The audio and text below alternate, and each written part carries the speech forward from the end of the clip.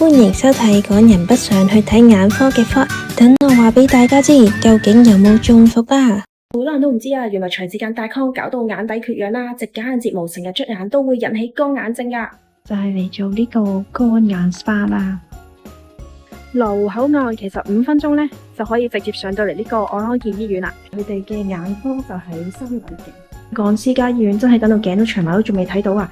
嚟到呢個愛康健啦，真係一日就可以做到登記啊、體檢同埋拎埋 report。隻眼長期都勁多紅筋啦，仲要係咁飆眼水，同埋我真係勁驚乾咯，一行出去真係好似蒙豬眼咁行，所以今日就嚟試下佢哋嘅乾眼 SPA，可唔可以幫到我啦？想梗係有啲面嘅啦，有少少下又太抗咗，冇喎，我做咗呢手。我卡拉抗嗰啲咧，我好耐之前。淚水啦，隻眼睛嘅淚水都係少嘅。係啊。效果另外嘅話咧，有隻左眼上邊啲眼睫毛有少少污糟咯。係，因為我成日整嗰啲咧黐嗰啲眼睫毛，即係有膠水咧，成日都黐住。用呢啲嚟定乾淨。咁你話嗰啲乾眼 SPA 嗰啲啊，主要係將上下眼簾嗰啲油脂線啊擠乾淨。哦，即係清潔為主嘅係咪？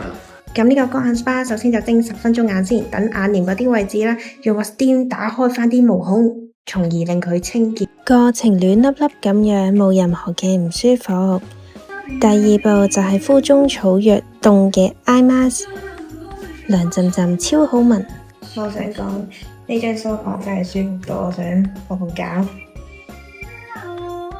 咁啱啱就做完啦，隻眼睇落好似微輸血管冇咁勁啦，同埋好水潤 bling bling 嘅感覺，隻眼好似輕身咗咁添啊！呢度嘅環境都好乾淨啦，同埋姑娘醫生都識講廣東話嘅。